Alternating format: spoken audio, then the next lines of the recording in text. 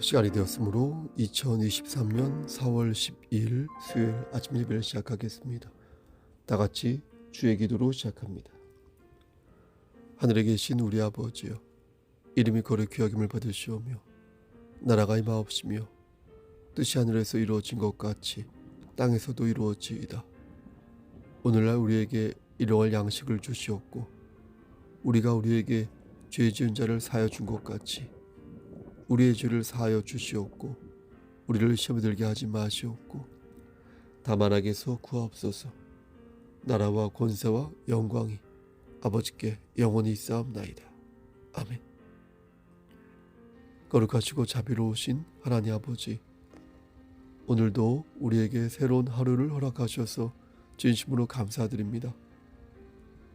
누구에게는 마지막의 시간이지만 우리에게는 새로운 하루, 힘찬 하루가 되었사오니 하나님, 오늘 하루도 하나님 말씀 안에서 성령 충만한 삶을 살 수 있도록 도와주시옵소서. 힘들고 지칠 때에 하나님 말씀을 기억할 수 있도록 하시고 우리가 천국 백성으로 오늘을 살고 있다는 사실을 기억하여서 우리가 서 있는 그 자리에서 열매 맺는 삶을 살 수 있도록 우리의 삶을 선도하여 주시옵소서.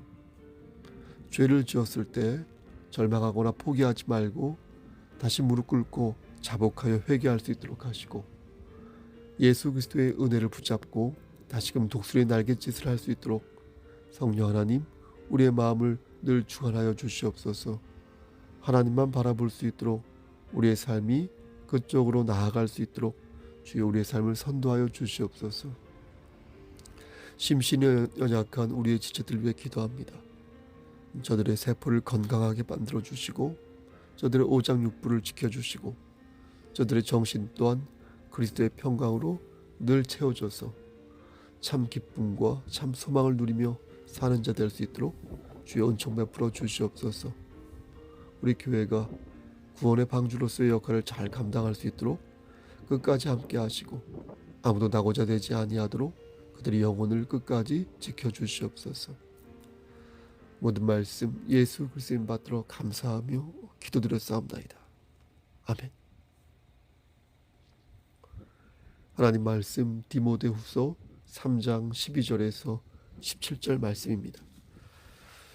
디모데후서 3장 12절에서 17절 말씀, 씨앗성경 제성경으로 345쪽입니다.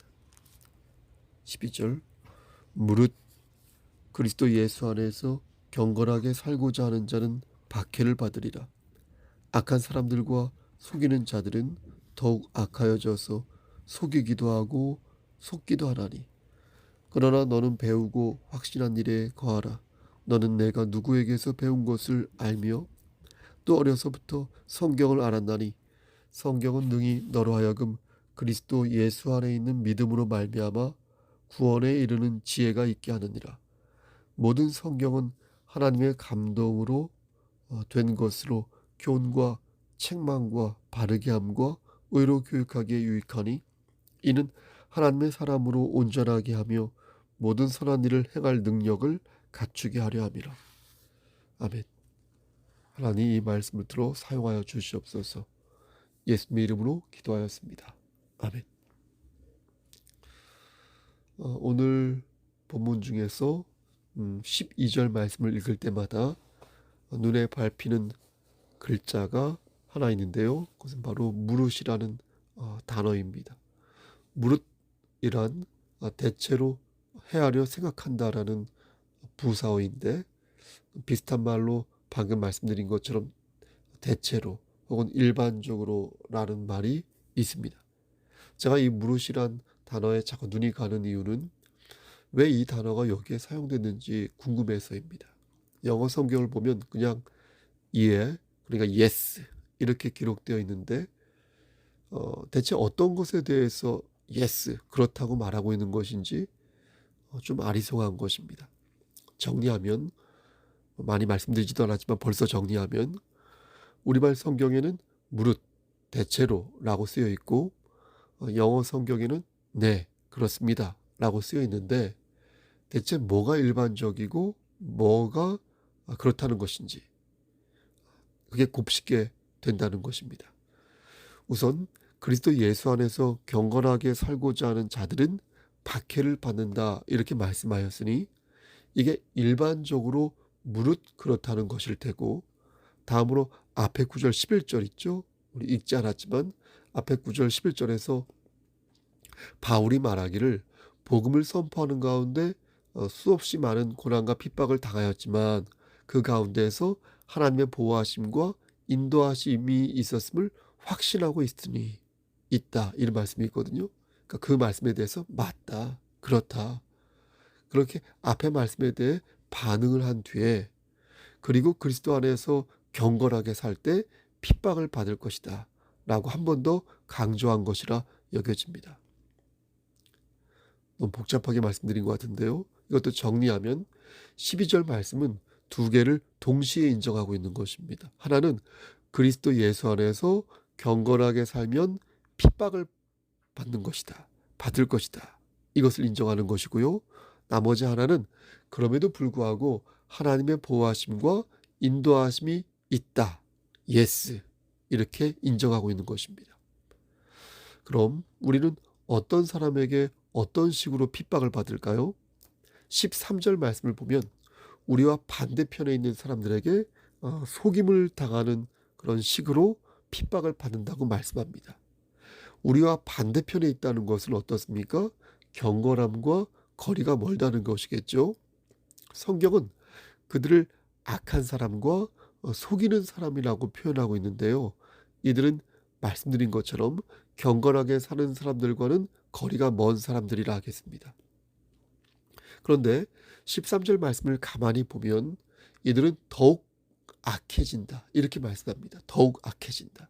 그러니까 처음에는 양심의 가책을 느끼기도 하고 내가 지금 제대로 사는 것인가 이렇게 돌아보기도 하였는데 어느 순간부터 전혀 양심의 가책을 느끼지도 않고 아주 적극적으로 무리를 일으키면서 교회나 사회에 악영향을 미친다는 것입니다. 그러니까 이들은 갈수록 악해져서 자신의 사악함을 감추지 않고 도리어 교회와 사회를 악한 것으로 전염시키고 마는 것입니다.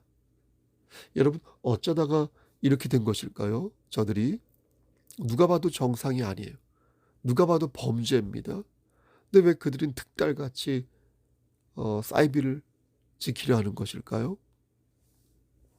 지난주 금요일에 우리 송석교회 근처에 있는 미용실에 머리를 자르러 가는데 어떤 두 명의 중년 여성이 저에게 다가와 진짜 이것이 하나님의 말씀이다 라며 전도를 하려 하였습니다.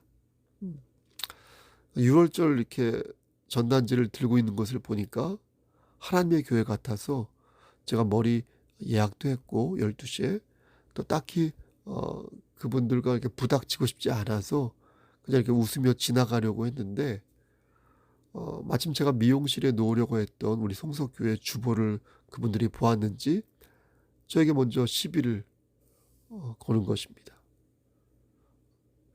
저는 그래서 안 되겠다 싶어 후회할 짓을 또 하였는데 그는 아무리 진실을 말해도 세기의 경이 읽기라는 것을 알고 있거든요.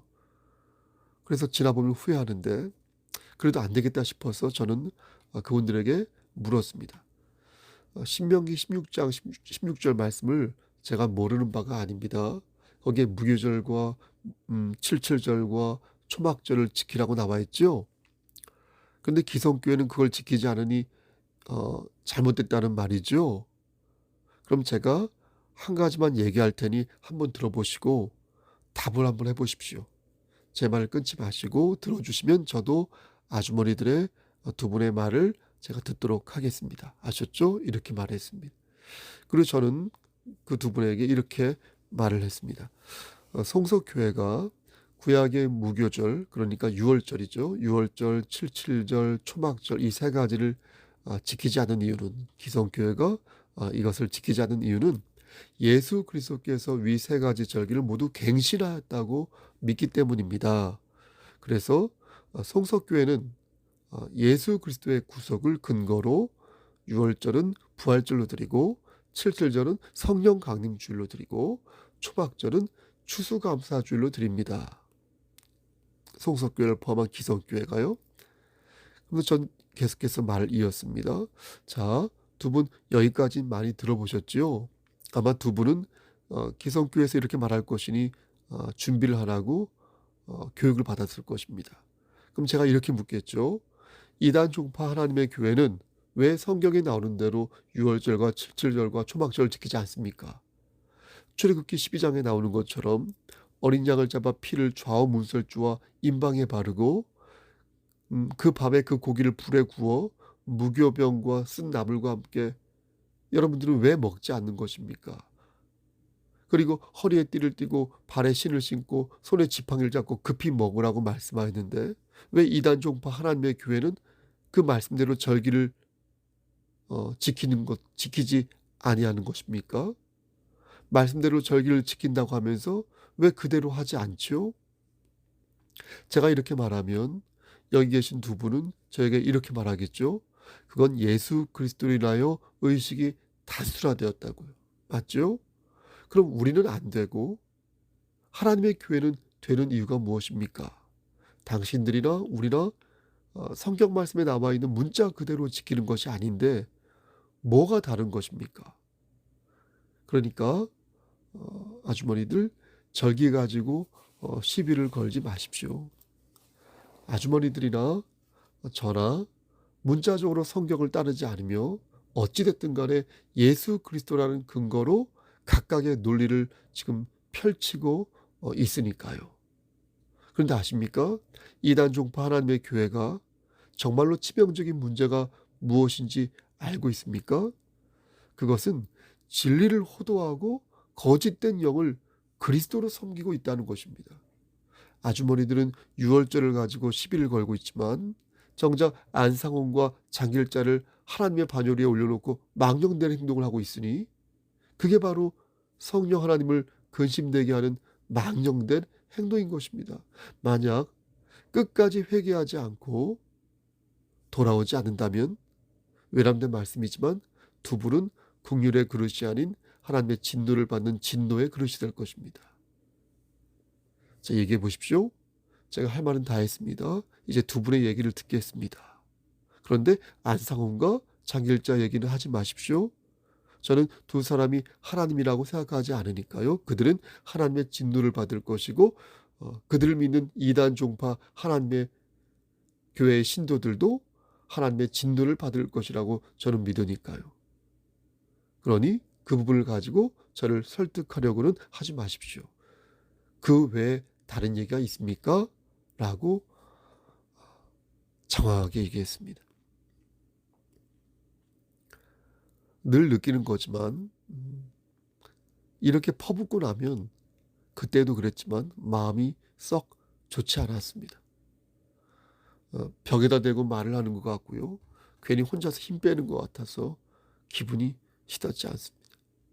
누가 봐도 정상이 아니고 누가 봐도 사이비인데 왜 저들은 인간 따위를 신으로 섬기는지 이해할 수가 없는 것입니다. 성경을 곡해하면서 어머니 하나님이라는 컨셉을 만들고 이미 죽은 안상홍 씨를 메시아의 반열 위에 올려놓고요. 별의별 수작을 부리는 것을 보면서 마귀의 몸부림이 극에 달하였구나 라는 생각을 갖게 되는 것입니다. 여러분 그렇지 않습니까? 사랑하는 우리 송석교회 성도 여러분, 부디 악한 사람들과 속이는 사람들을 주의하여서 마귀의 괴울에 빠지지 마시기를 간절히 소원합니다. 그럼 우리는 어디에 거해야 할까요? 이 역시 오늘 본문에서 답을 가르쳐 주십니다. 14절과 15절 말씀을 보면 성경이 그것을 가르치고 있으니 그렇게 어릴 적부터 배운 것을 잊지 말 것을 당부합니다. 디모데 후서는 바울이 디모데에게 쓴 편지지 않습니까? 그러니까 디모데 입장에서 이를 말씀드리면 디모데는요, 성경의 기본적인 진리들을 그의 외조모 로이스와 그의 어머니 유니게로부터 배웠습니다. 성경의 기본적인 진리를요. 그러니까 외조모 로이스, 어머니 유니게. 여러분 뭔가 좀 확 와닿지 않습니까? 우리 교회에도 이런 외조모와 어머니가 있지 않습니까? 물론 친가 쪽도 있겠지만 외가가 심어주는 어떤 신앙적 계보는 나름의 깊이와 운치가 있다고 저는 개인적으로 생각합니다. 어쨌든 디모데는 그렇게 어렸을 때부터 외조모 로이스와 어머니 유니기로부터 성경의 기본적인 진리들을 배운 것입니다. 여기서 한 가지 여러분들에게 말씀드리고 싶은 것은 이 기본적인 진리라는 게 그리스도 예수 안에서 경건함을 배웠다는 것이지 단순히 지식을 말하는 것이 아니라는 것입니다. 종종 작은 규모의 교회를 섬기는 목사님들이 저도 마찬가지겠죠. 마음의 상처를 입는 말 중에 하나가요. 교회의 수준이라는 말입니다. 교회의 수준. 근데 사실 목사가 되려면 기본적으로 갖출 것은 다 갖추고 있거든요. 근데 대형 교회 환경과 이렇게 성도님들이 비교를 하다 보니까 자꾸만 작은 교회 규모의 교회 목사님들이 이렇게 위축이 되고 자신이 자꾸 열등해 보이는 것입니다. 겸손한 모습을 보이는 것과 열등한 모습을 보이는 것은 차원이 다르지 않습니까? 겸손한 것은 하나님을 의지하면서 힘을 얻는 것이지만 열등한 것은 하나님을 의지하기도 전에 자빠지고 마는 것입니다. 디모데가 외조모 로이스와 그의 어머니 유니게에서 배운 성경적 진리는 어떤 현란한 지식이 아니라 담백한 경건함이니 그들의 신앙적 모범이 디모데로 하여금 신앙적 기초 체력을 기르게 한 것입니다. 그리고 디모데는 그 후에 어땠습니까? 바울에게서 예수 그리스도에 관한 복음의 진리를 배우게 된 것입니다. 정리하면 우리는 하나님 말씀 안에서 경건한 삶을 살 수 있다는 것입니다. 하나님의 말씀을 듣고요, 여러분. 하나님의 말씀을 읽으면요, 모든 선한 일을 행하기에 충분히 준비된 사람으로 여러분 변화가 가능하다는 것입니다. 예? 그럼 그 모습이 어떤 모습일까요? 앞에 장 디모데후서 2장 21절 말씀이 바로 그 모습인데요. 그러므로 누구든지 이런 것에서 자기를 깨끗하게 하면 귀히 쓰는 그릇이 되어 거룩하고 주인의 쓰심에 합당하며 모든 선한 일에 준비함이 되리라. 여러분, 이 모습이 바로 준비된 사람의 모습인 것입니다. 여기서 한 가지 질문이 생깁니다. 그럼 경건하지 못한 삶을 산 자는 선한 일을 할 수 없는 것일까요? 그러니까 한 번 망가지면 우리의 인생은 더 이상 선한 일에 사용될 수 없는 것일까요? 디모데의 스승 사도 바울은 제자 디모데에게 이렇게 말하였습니다. 디모데후서 4장 7절과 8절에서 나는 선한 싸움을 싸우고 나의 달려갈 길을 마치고 믿음을 지켰으니 이제 후로는 나를 위하여 의의 면류관이 예비되었으므로 주 곧 의로우신 재판장이 그날에 내게 주실 것이며 내게만 아니라 주의 나타나심을 사모하는 모든 자에게도니라. 아멘. 여러분, 이 말씀만 놓고 보면 바울은 늘 경건하여서 모든 선한 일에 준비된 자처럼 보입니다. 하지만 로마서 7장 24절 말씀을 보면 바울 역시, 우리 사도 바울 역시 우리와 똑같이 곤고한 사람이었음을 알 수 있습니다. 오라, 나는 곤고한 사람이로다. 이 사망의 몸에서 누가 나를 건져내랴. 하지만 바울은 우리 주 예수 그리스도로 말미암아 하나님께 감사하였나니 진정 우리가 경건한 삶을 통하여 모든 선한 일을 행하기에 충분히 준비된 사람이 되고 싶다면 다시 무릎을 꿇고 예수 그리스도의 이름으로 일어서야 할 줄 믿습니다. 그렇게 할 때 우린 다시 경건한 삶을 살 수 있음을 믿어야 할 것입니다. 말씀 마칩니다. 사랑하는 송석교회 성도 여러분, 경천노예 목사님들, 그러므로 오직 진리 되시는 예수 그리스도만을 붙잡고 오늘도 경건한 삶을 사시기를 주님의 이름 받들어 간절히 축원합니다. 아멘. 하나님, 모든 성경은 하나님의 감동으로 된 것으로 교훈과 책망과 바르게 함과 의로 교육하기에 유익하니 이는 하나님의 사람으로 온전하게 하며 모든 선한 일을 행할 능력을 갖추게 하려 함이라 말씀하셨습니다. 하나님, 말씀 안에서 말씀을 묵상하며 조금씩 성화되어가는 우리가 될 수 있도록 끝까지 우리와 함께하여 주시옵소서. 모든 말씀 예수 그리스도인 받들어 감사하며 기도드렸사옵나이다.